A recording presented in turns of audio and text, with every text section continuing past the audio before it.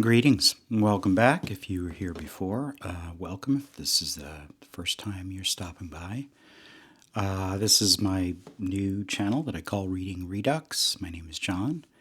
I started this channel because I emerged from a long reading slump and just wanted a way to be able to talk about things that I'm reading. Kind of excited about reading again for the first time in a long time. I think what I'll try is to maybe have some theme to these videos.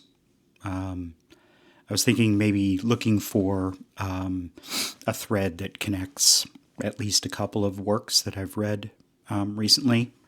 And so this week I wanted to talk about books that employ stream, or authors that employ stream of consciousness, kind of a modernist technique. If you think about James Joyce or Virginia Woolf. However, these two works that I read were from later authors, but still employing kind of a stream of consciousness to one extent or another. One much more so than the other.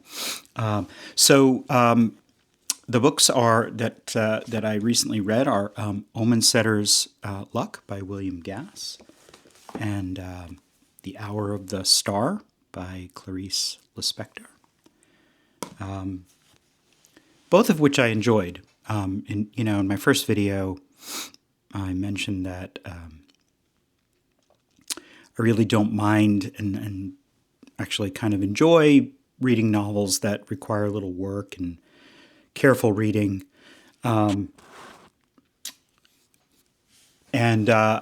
These both fall into that category. I think William Gass's novel more so than the really short novella from Clarice Lispector. So, Omensetter's Luck, I've seen it on some booktube channels. People singing its praises. It was William Gass's first novel, I believe, came out in '66. Had a fascinating backstory that he himself put in the afterword. It almost didn't come to be. He had a manuscript that was stolen from his office. Kind of a nightmare for someone who had worked on something for, I'm sure, quite a long time. And he essentially had to recreate the novel, and which I'm sure also meant revisions and some, possibly significant changes. But so it eventually was published in 1966. He was certainly a master of language. As I said, there's quite a bit of stream of consciousness in the narrative, and that can be especially challenging when you have a character who maybe is not entirely mentally stable. So the eponymous character really is an object in the story, not a subject. So there are essentially three perspectives provided in the story. It takes place in a fictional small town in Ohio in the end of the 19th century. Bracket Omensetter is kind of a simple man, a laborer who decides to move his family to a new town. They have two daughters and a baby on the way. And he just has a way about him and causes a little bit of a stir. Things just seem to go his way. He has feelings about things that, seem to come to pass. And so hence the title of the book, Omensetter's Luck. And then we also have kind of the counterpoint to the story, who's a kind of firebrand preacher named Jethro Ferber, who was also relatively new to the town, had been preaching in Cleveland, and from what you can gather, probably didn't voluntarily end up in this small town. Clearly must have had some issues in his former stint. His reaction to the arrival of Omensetter and the attention that Omensetter draws, kind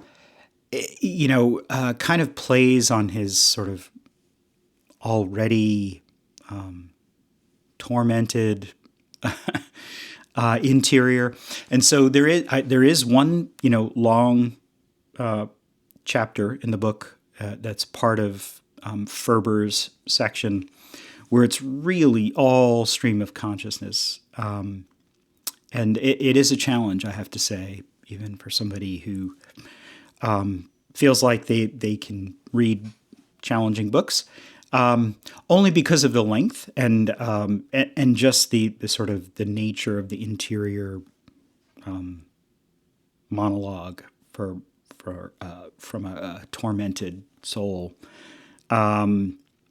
With lots of biblical references and everything coming into his sort of somewhat twisted train of thought. But for these for these stream of consciousness sections, you really do have to be attentive, because interspersed with the interior monologue is actual dialogue, action points. It's a little more challenging with Gass. I don't know if this is his style, but in this novel, he really doesn't use punctuation to demarcate dialogue. So he's in the middle of his crazy train of thought, and then he starts talking to somebody who walks in the room. And so if you're not paying attention, if you kind of really let your mind wander because you're not following everything, you can certainly miss out on aspects of the story that are important. So all this to say, I think when maybe the key to reading stream of consciousness, as challenging as it can be, is that you kind of just have to let go and not stress out and not be concerned if you can't follow everything, right? Sometimes we can't even follow our own internal train of thoughts. and you're getting a glimpse into someone else's. But it's supposed to, really give you a kind of a visceral image of what's going on internally for this character, and it certainly does that quite effectively. So, I won't go into any sort of plot details, but really, Omensetter, it's really other people's reaction to Omensetter. You barely get to hear him speak.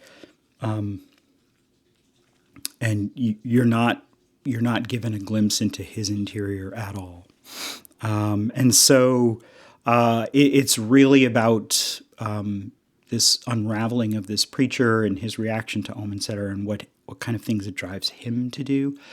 So lots of things going on here, jealousy and pettiness and guilt and it's a little bit damning towards, I think, small town life. I think how, it can be a little bit closed and people can regard newcomers with suspicion. And they can be very easily manipulated when they have some biases, pre-existing biases. So anyway, William Gass he was a master of language. It is amazing how authors could write this sort of stream of consciousness. But it certainly was not something that just magically came to him. He took quite a long time to write this novel, and I think he took even longer to write The Tunnel, which was published many years later. I would recommend it if you're interested. If this is a genre that you enjoy, then I would definitely recommend it. On to Clarice Lispector. So she was a Brazilian author, very well known in Brazil. Ukrainian born, but raised and lived most of her life in Brazil. She employed stream of consciousness, as a technique. The Hour of the Star was her last novel. I think it was actually published the year of her death. And so, compared to Gas, the stream of consciousness here was not used as heavily.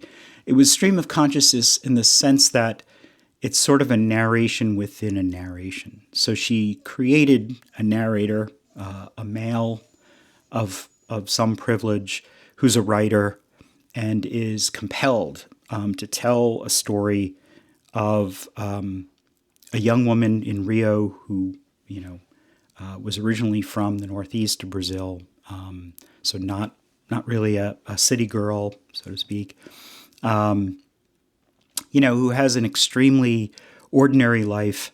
I think maybe from the outside, appearing to be not very fulfilling and maybe quite sad. But she does not see it that way because she only has her perspective. So at least for most of the narrative.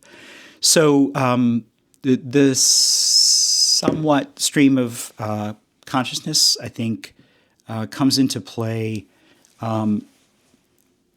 because her story is being narrated by a narrator that she created who sometimes diverges from his storytelling to talk about himself and what's compelling him and how he's feeling.